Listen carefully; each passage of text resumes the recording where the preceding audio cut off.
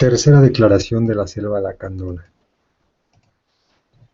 A un año del alzamiento zapatista hoy decimos: la patria vive y es nuestra. Hemos sido desgraciados, es verdad.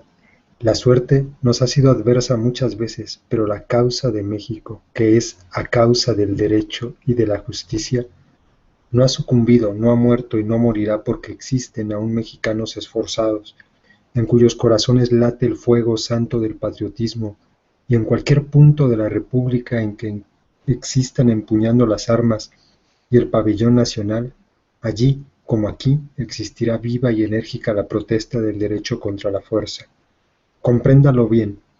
El hombre incauto que ha aceptado la triste misión de ser el instrumento para esclavizar a un pueblo libre, su trono vacilante no descansa sobre la voluntad libre de la nación, sino sobre la sangre y los cadáveres de millares de mexicanos que ha sacrificado sin razón, y solo porque defendían su libertad y sus derechos. Mexicanos, los que tenéis la desgracia de vivir bajo el dominio de la usurpación, no os resignéis a soportar el yugo y el oprobio que pesa sobre vosotros. No os alucinéis con las pérfidas insinuaciones de los partidarios de los derechos consumados, porque ellos son y han sido siempre los partidarios del despotismo.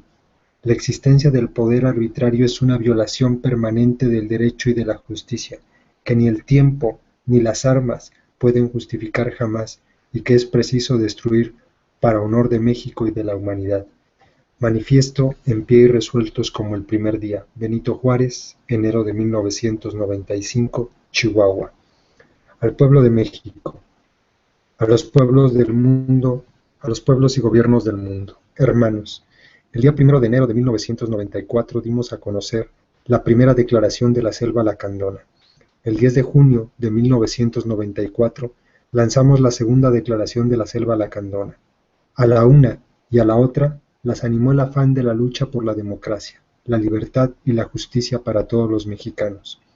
En la primera llamamos al pueblo a alzarse en armas en contra del mal gobierno, principal obstáculo para el tránsito a la democracia en nuestro país. En la segunda, llamamos a los mexicanos a un esfuerzo civil y pacífico a través de la Convención Nacional Democrática para lograr los cambios profundos que la nación demanda. Mientras el Supremo Gobierno mostraba su falsedad y su soberbia, nosotros, entre uno y otro manifiesto, nos esforzamos por mostrar al pueblo de México nuestro sustento social, la justeza de nuestras demandas y la dignidad que anima nuestra lucha. Nuestras armas callaron entonces y se hicieron a un lado para que la lucha legal mostrara sus posibilidades y sus limitaciones. A partir de la segunda declaración de la Selva Lacandona, el EZLN intentó, por todos los medios, evitar el reinicio de las hostilidades y buscó una salida política digna y justa para resolver las demandas plasmadas en los 11 puntos de nuestro programa de lucha: vivienda, tierra, trabajo, alimentación, salud, educación, justicia, independencia, libertad, democracia y paz. El proceso preelectoral de agosto de 1994 trajo la esperanza en amplios sectores del país de que el tránsito a la democracia era posible por la vía electoral. Sabiendo que las elecciones no son, en las condiciones actuales, el camino del cambio democrático, el EZLN mandó obedeciendo al hacerse a un lado para dar oportunidad de lucha a las fuerzas políticas legales de oposición. El EZLN empeñó su palabra y su esfuerzo, entonces, en la búsqueda del tránsito pacífico a la democracia a través de la Convención Nacional Democrática. El EZLN llamó a un esfuerzo civil pacífico que, sin oponerse a la lucha electoral, no se agotara en ella y buscara nuevas formas de lucha que incluyeran a más sectores democráticos en México y se enlazara con movimientos democratizadores en otras partes del mundo. El 21 de agosto vino a terminar con las ilusiones de un cambio inmediato por la vía pacífica. Un proceso electoral viciado, inmoral, inequitativo e ilegítimo culminó en una nueva burla a la buena voluntad de los ciudadanos.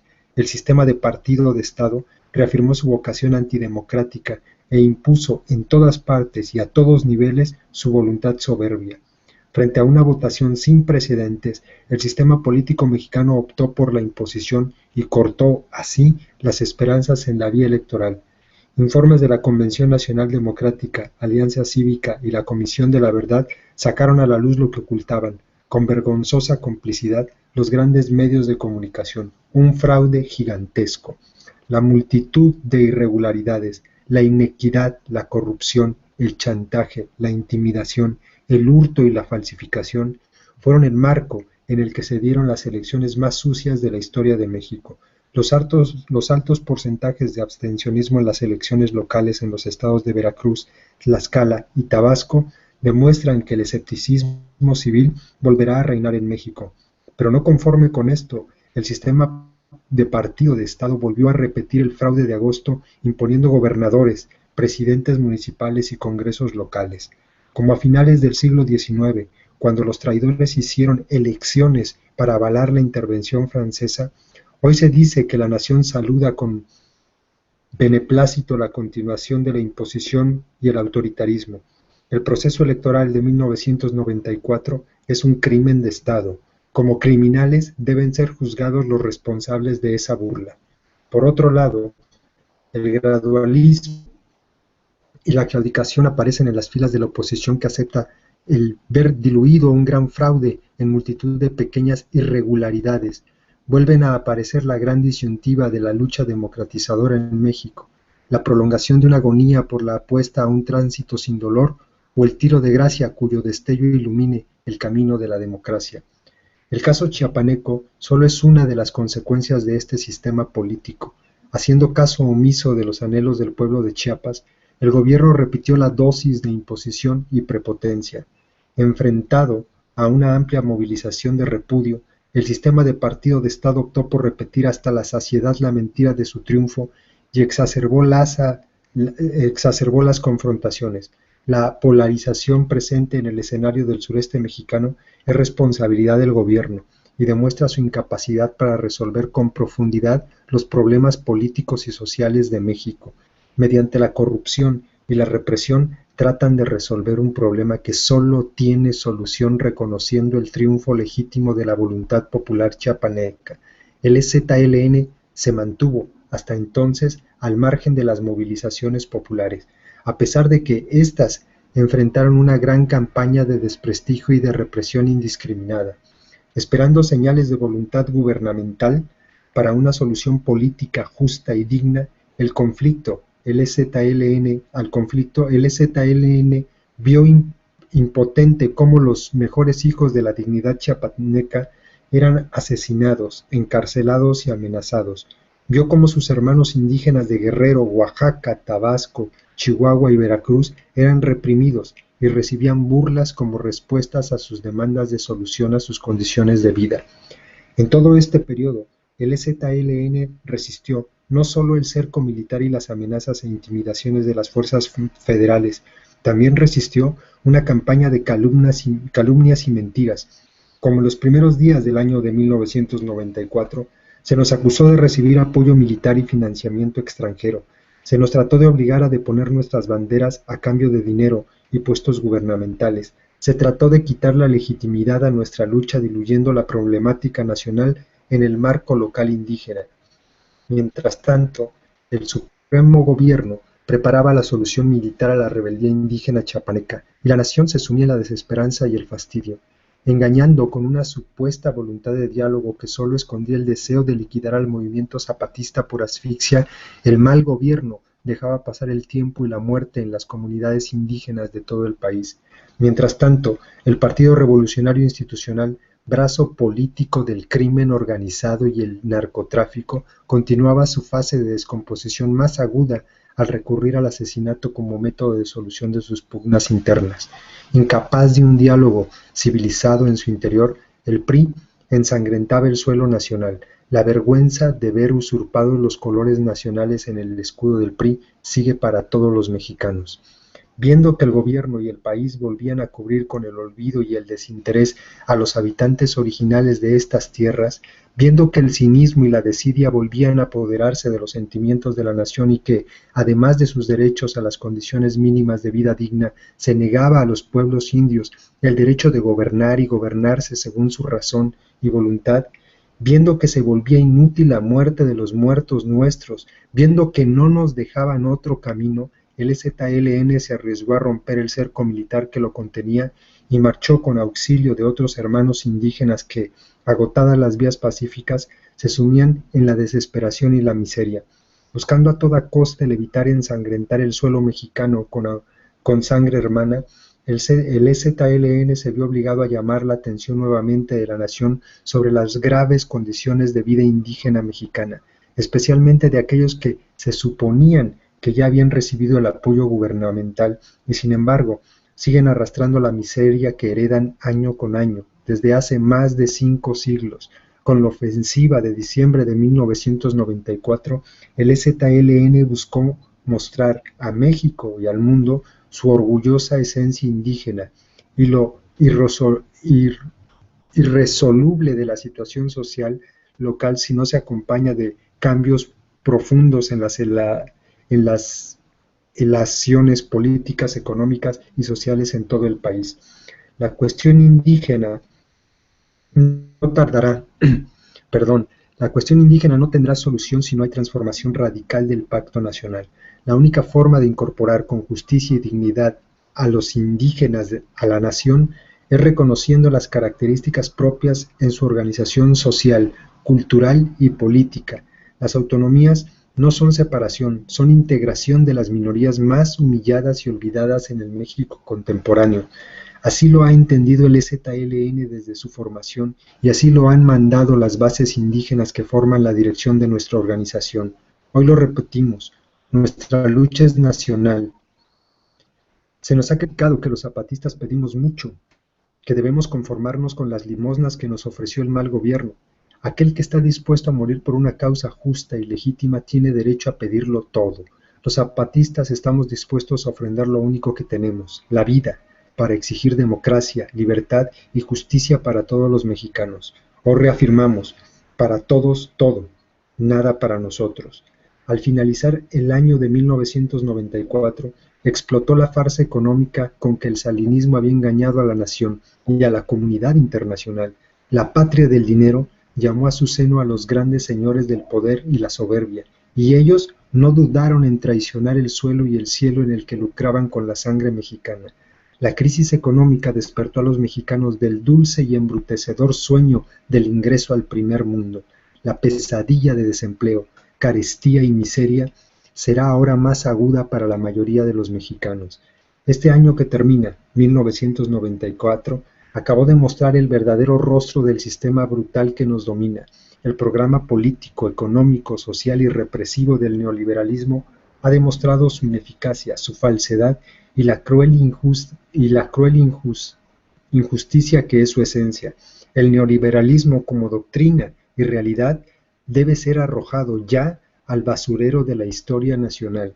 Hermanos, hoy en medio de esta crisis es necesaria la acción decidida de todos los mexicanos honestos para lograr un cambio real y profundo en los destinos de la nación. Hoy, después de haber llamado primero a las armas y posteriormente a la lucha civil pacífica, llamamos al pueblo de México a luchar por todos los medios, en todos los niveles y en todas partes, por la democracia, la libertad y la justicia a través de esta.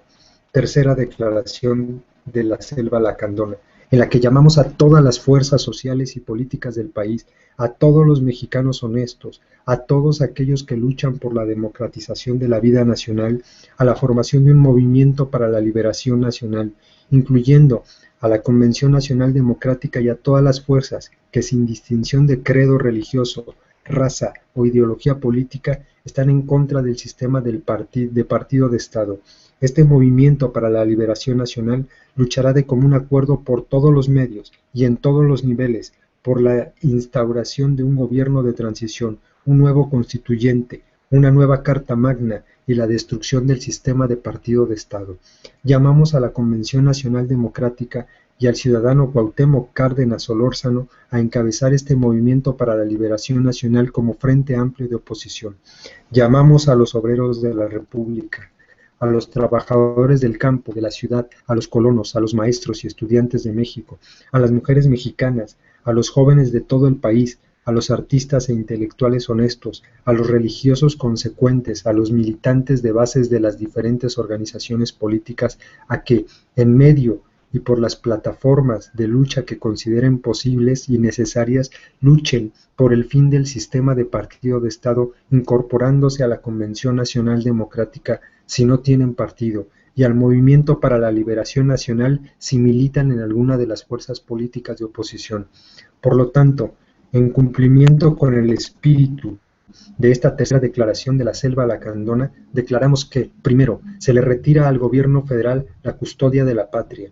La bandera de México, la ley suprema de la nación, el himno mexicano y el escudo nacional estarán ahora bajo el cuidado de las fuerzas de la resistencia hasta que la legalidad, la legitimidad y la soberanía sean restauradas en todo el territorio nacional. Segundo, se declara válida la Constitución Política de los Estados Unidos Mexicanos original, expedida el 5 de febrero de 1917, incorporando a ella las leyes revolucionarias de 1993, los estatutos de autonomía incluyente para las regiones indígenas, y se decrete el apego a ella hasta que se instaure el nuevo constituyente y se expide una nueva Carta Magna. Tercero, se llama la lucha por el reconocimiento como gobierno de transición a la democracia, al que se doten por sí mismas las distintas comunidades, organizaciones sociales y políticas, manteniendo el pacto federal acordado en la Constitución de 1917 y se incluyan, sin importar credo religioso, clase social, ideología política, raza o sexo, en el movimiento para la liberación nacional. El EZLN apoyará a la población civil en la tarea de restaurar la legalidad, el orden, la legitimidad y la soberanía nacionales, y en la lucha por la formación e instauración de un gobierno nacional de transición a la democracia con las siguientes características. 1. Que liquide al sistema de partido de Estado y separe realmente al gobierno del PRI. 2. Que reforme la ley electoral en términos que garanticen limpieza, credibilidad, equidad, participación ciudadana no partidaria y no gubernamental, reconocimiento de todas las fuerzas políticas nacionales, regionales o locales y que convoque a nuevas elecciones generales en la Federación.